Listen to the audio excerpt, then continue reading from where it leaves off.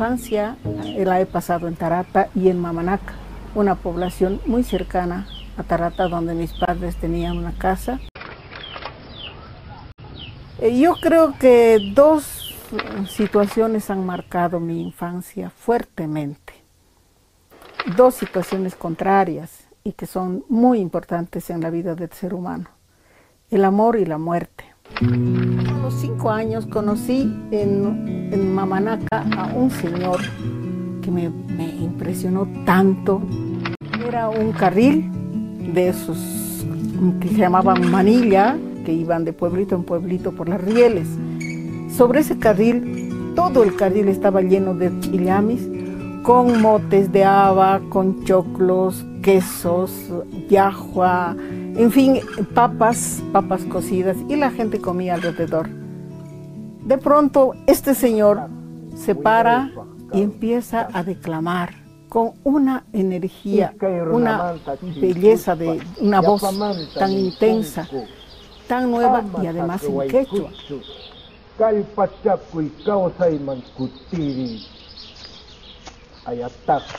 Yo me quedé totalmente impresionada. Era además un señor que se llamaba, parecía D'Artagnan, con rulitos, muy guapo, muy grande.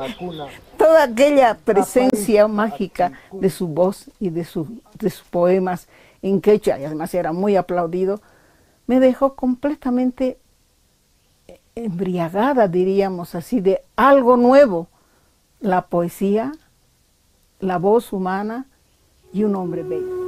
Otro sentimiento contrario que descubrí en la infancia a los 8 años fue la invasión de los ucureños a la casa donde yo y mi familia vivíamos. En la época del 52, de la época de la revolución. Quedan más de 3.000 cruces como centinelas del espíritu boliviano. Sabíamos nosotros que eso estaba sucediendo en el Valle Alto.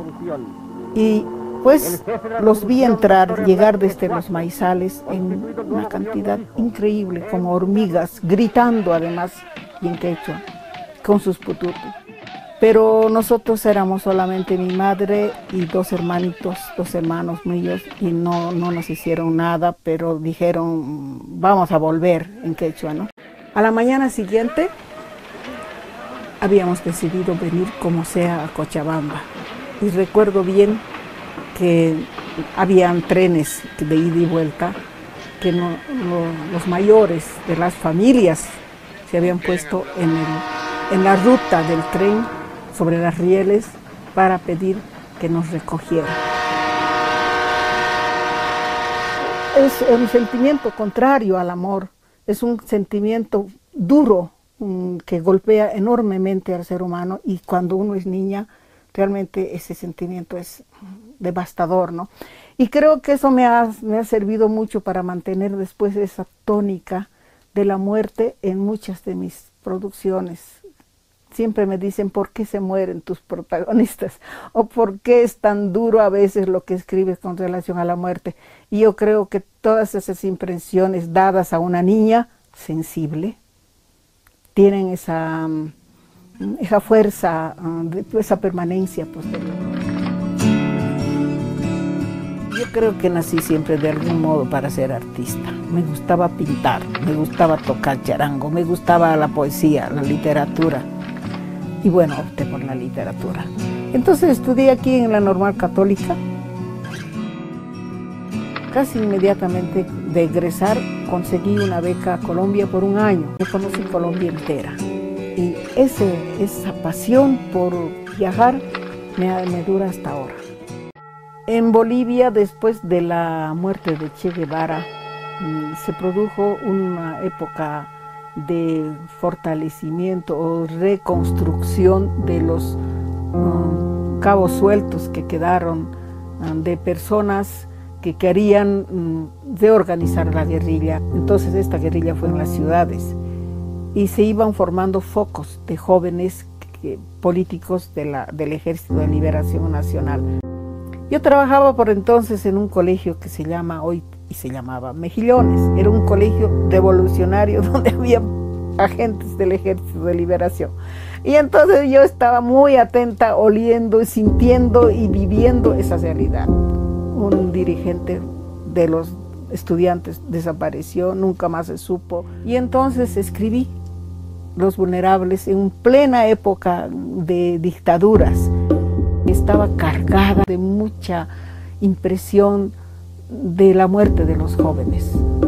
Y como Los Vulnerables justamente muestra 5 jóvenes, cada uno con su historia y cada uno con su decisión frente a la política. Y no ganó el premio, sino el segundo, pero fue estupenda la reacción del editor Werner Gutentag. La novela premiada fue El ocaso de Orión, del padre Óscar Usín. 11 de la mañana. Llego a la casa y encuentro un ramo de flores muy grande, blanco, con una tarjetita que decía: Werner Gutentag está dispuesto a publicarle su novela Los Vulnerables. Estaba yo sorprendida porque ya por la radio se había comunicado de que el ganador era Óscar Usín.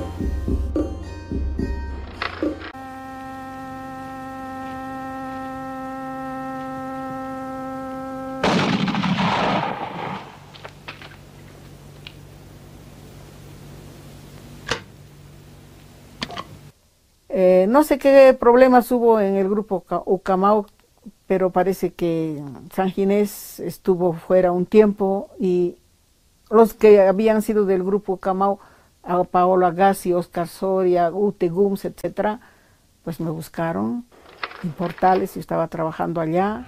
Yo quería hacer una película sobre esos años entre la reforma agraria, la revolución del 52 y la época de las dictaduras, 30, 35 años de historia, que quería contarlo a través de la historia de 3 generaciones de mujeres.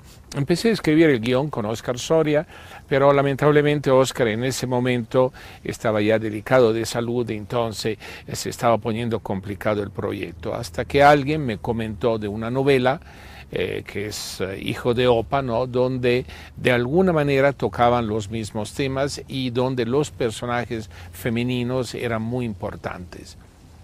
Leí la novela, me gustó mucho, pensé que en buena medida cumplía con, entre sus personajes, las cosas que contaba, más o menos cumplía con lo que yo quería contar. Pero además de eso me llamó poderosamente la atención el estilo de la novela. La novela es una novela muy fuerte, muy dura. Yo quería hacer justamente una película así, una película dura, una película cuestionadora. Me ha ocurrido algo muy mágico con esa novela porque yo leía esa novela en una época en que yo estaba muy enferma. Después la enfermedad desapareció como llegó y me curé. Pero en esa época yo leía Hijo de Opa y lloraba me angustiaba tremendamente con el personaje Isabel. Isabel está enferma, tiene un cáncer y va a morir. Entonces todo ese proceso que vive Isabel en la novela, para mí era como estar viviendo mi situación de alguna manera, ¿no?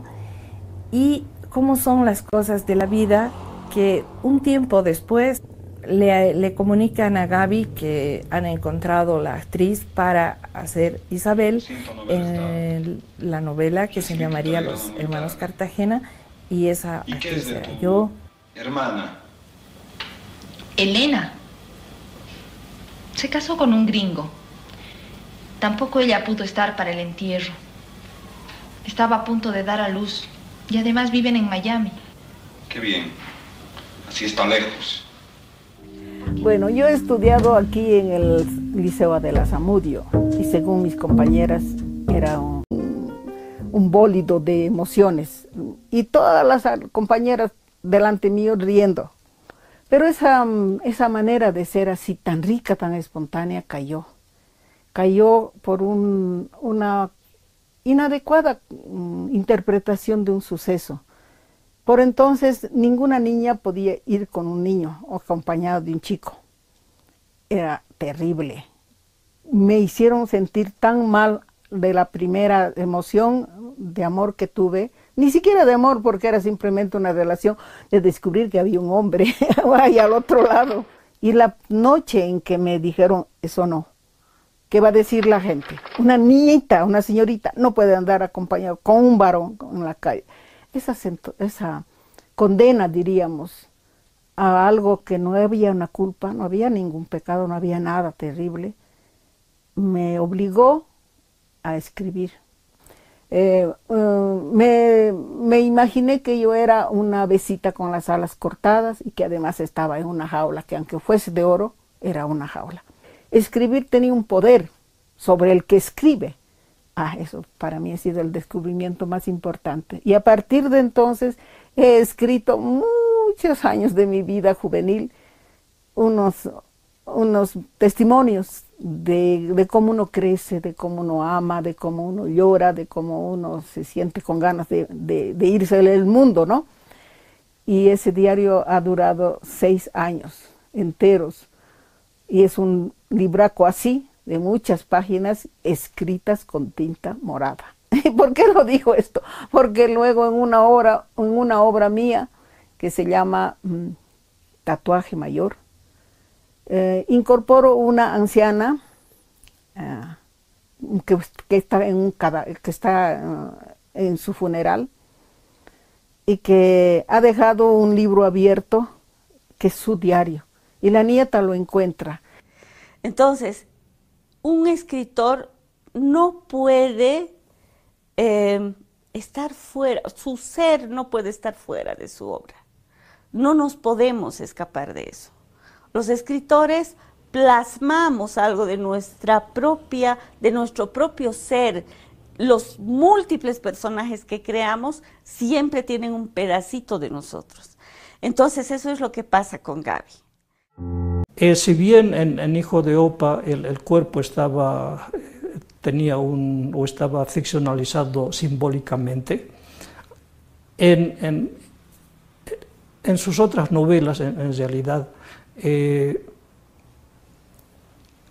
la narración misma emana del cuerpo de la mujer, ¿no? Es decir, lo que Gaby está haciendo ya no de forma simbólica, sino más bien de una narración materializada en el cuerpo de la mujer. El lenguaje mismo emana del cuerpo de la mujer, es un lenguaje corporal. Cartas a un ángel muerto es el dolor de una madre por la pérdida de su hijo. Américo tenía 21 años, alto, hermoso, joven, lleno de vida. Y no sé si fue falta de pericia de los médicos, porque un muchacho sano se me fue velozmente en un mes.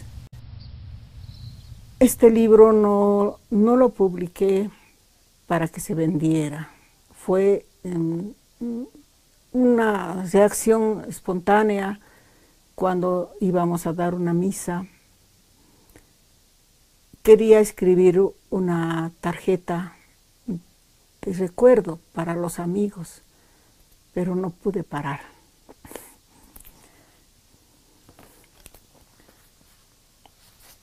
Hasta ahora no puedo. Gracias a este libro sobreviví la orfandad de un hijo.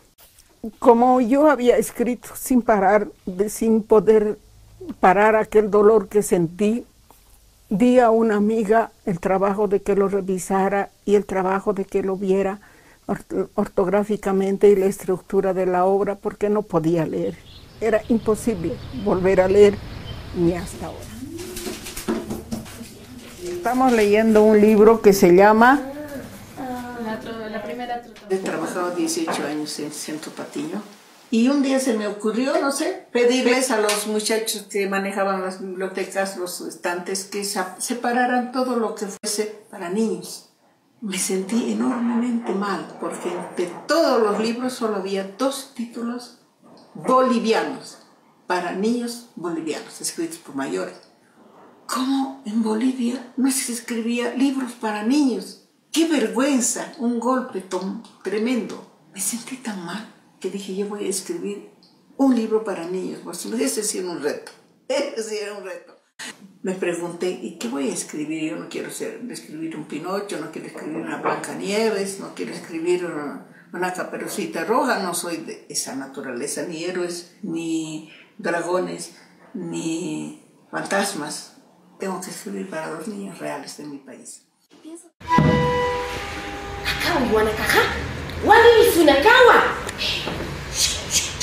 Estas ovejas bien traviesas son. Se van por todas partes. Y después yo tengo que ir a buscarlas hasta el cerro.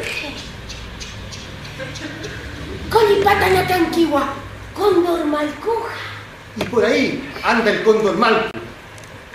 Dice. Entonces es una reconstrucción de lo que se ha leído, donde cada uno añade los elementos que desea o recupera. Pero no hacemos resúmenes, no hacemos cuestionarios, nada que ver con la escuela.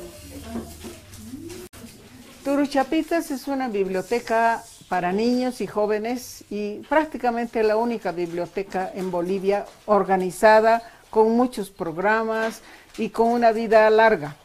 Se fundó en 1991, sin embargo antes ya había un grupo de maestras con las que trabajábamos que se llamaba Taller de Experiencias Pedagógicas. A partir de la fundación empezamos a donar nuestros libros para niños, pero tuvimos mucho apoyo internacional. Hemos ido a los cerros llevando libros y dejando libros por 6 meses a los lugares más inaccesibles, realmente hasta, diríamos así, muy peligrosos, de alto riesgo. Pero lo hacíamos siempre en combinación con el sindicato o con la asociación de albañilas en algún caso, o con los dirigentes de un barrio. Ahora ella tiene la biblioteca Turuchapitas, que es la única biblioteca para niños que hay en Cochabamba. Biblioteca en el verdadero sentido de la palabra, porque ella convoca a niños, trabaja con ellos y con todo el equipo, con todo un grupo de profesoras, además que son especialistas en literatura infantil. Ella tiene la virtud de promocionar la lectura, pero desde los barrios marginales, la cárcel, ella va a todos los rincones y siempre lo logra, siempre es posible hacer eso. Es una gestora cultural nata, Gaby. El mundo está ahí y el mundo te golpea o se te acerca, el mundo se te acerca a través de tus sentidos. Y hay que aprender a acercarse a ese mundo, a oírlo, a olerlo, a sentirlo, a vivirlo con todo el cuerpo, con todos los sentidos.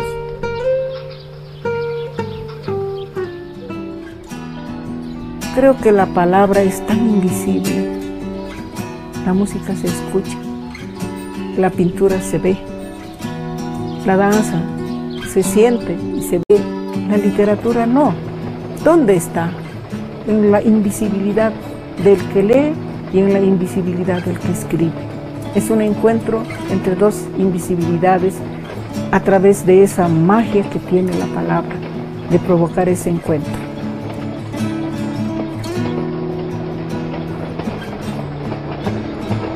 Es como si estuviéramos poseídos por un demonio, ese demonio de la escritura. ¿No? Es algo que ya no puedes vivir sin él, ya no puedes vivir sin escribir.